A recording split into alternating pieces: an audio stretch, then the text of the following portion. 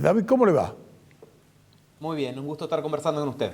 Bien, como decía yo recién, no hay verdadera conciencia sobre lo que significan las exportaciones en la Argentina. Comencemos desde un punto de vista general y después vamos a ir de manera específica viendo cada uno de los rubros, porque hay una parte importantísima de la economía del país que creo que ustedes dicen está arriba del 72% que funciona gracias a las exportaciones. Exactamente, del total de las exportaciones del país durante el primer semestre, el 72% provino de las cadenas agroindustriales, es decir, las exportaciones relacionadas al campo representaron 7 de cada 10 dólares que el país exportó durante el primer semestre. En dólares fueron algo más de 25.600 millones de dólares. Y ahí está un poco la importancia de las exportaciones. Por un lado, son dólares que la macroeconomía necesita para poder funcionar, dólares que si no tenemos que poner cepos, tenemos que salir a pedir prestado, tenemos que entrar en defaults, dólares que necesitamos para poder comprar y pagar productos y servicios que utilizamos a diario. Por ejemplo, un auto tiene gran parte de sus autopartes importadas, el equipo electrónico, mi computadora y el que tienen ustedes ahí en el estudio a través del cual estamos hablando, es importado totalmente o sus partes son importadas. Zoom, a través del cual nosotros estamos hablando en este momento, hay que pagarlo, al igual que Netflix o Spotify o YouTube. Para todo eso necesitamos dólares. Seguro. Y ahí está un poco la importancia que tienen las exportaciones y además en cada tonelada, en cada dólar que exportamos, hay empleo argentino, hay puestos de trabajo que trabajaron para producir, transformar, comercializar y transportar eso que se está exportando. Claro, acá tenemos concretamente, por ejemplo, lo que pasa en el caso de la carne de vaca que está tan vapuleada por el gobierno, hay que se consume por kilo 48 por persona, 48 kilos por persona por año, y la producción bovina puede significar una exportación del 26%. Y todo esto, ¿cómo se derrama sobre el resto de la economía?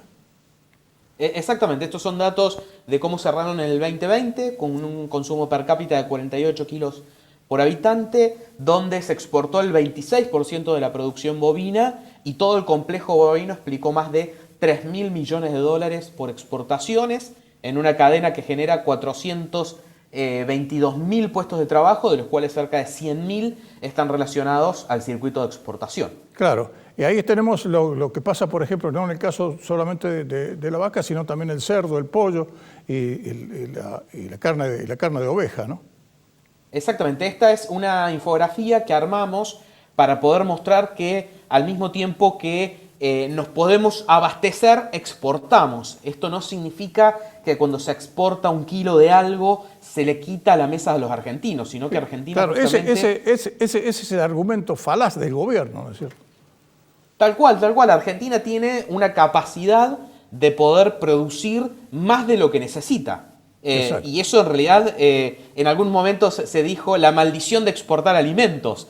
Y vemos que las cadenas del agro en realidad representan 7 de cada 10 dólares que exportamos. En realidad eso es una bendición más que una maldición, poder producir y exportar tanto, porque significan dólares, significa inversión, y lo que estamos viendo en ese caso de la infografía que están mostrando, significa empleo. De los más de 400.000 puestos de trabajo que generan la cadena de la carne, cerca de 100.000 están ligados al circuito de exportación. No, estamos hablando de 100.000 familias, ¿no? No estamos hablando de personas, son 100.000 familias, ¿no?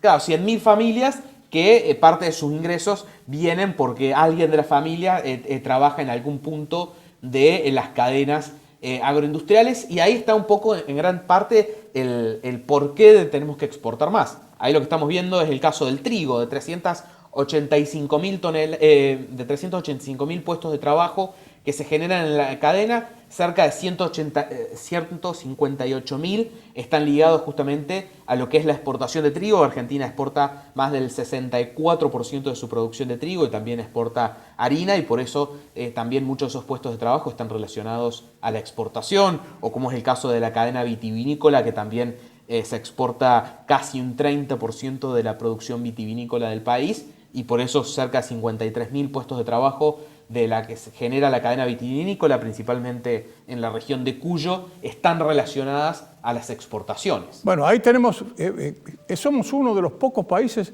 que cobran derechos de exportación. Es algo inconcebible. En el mundo eso no existe, salvo en todo el bloque socialista, ¿no es cierto?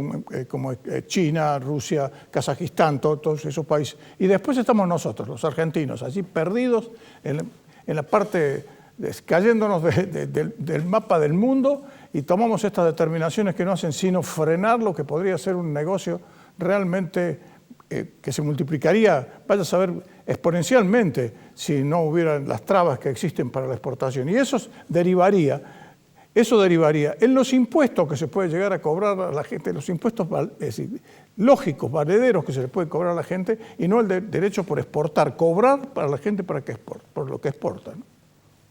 Exactamente, esto es algo que, como vemos en ese mapa, que está hecho con datos del Banco Mundial y el Fondo Monetario Internacional, es una medida, una política, los derechos de exportación, que el mundo no pone, que el mundo no tiene, porque el mundo lo que trata de hacer es potenciar las exportaciones. Entonces lo que veíamos en ese mapa es justamente lo que marcabas vos. Solamente nos comparamos con países como Rusia, Bielorrusia, Kazajistán, que además los derechos de exportación de esos casos están aplicados a las exportaciones gasíferas y petroleras, no a lo que es la producción agrícola.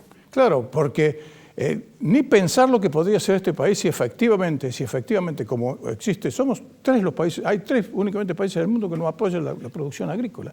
Es decir, en Francia, por ejemplo, si llegan a tener un problema con la producción de leche, con la producción de trigo, con lo que fuere, que venga del campo, inmediatamente sale el gobierno a apoyarlos. Aquí es al revés.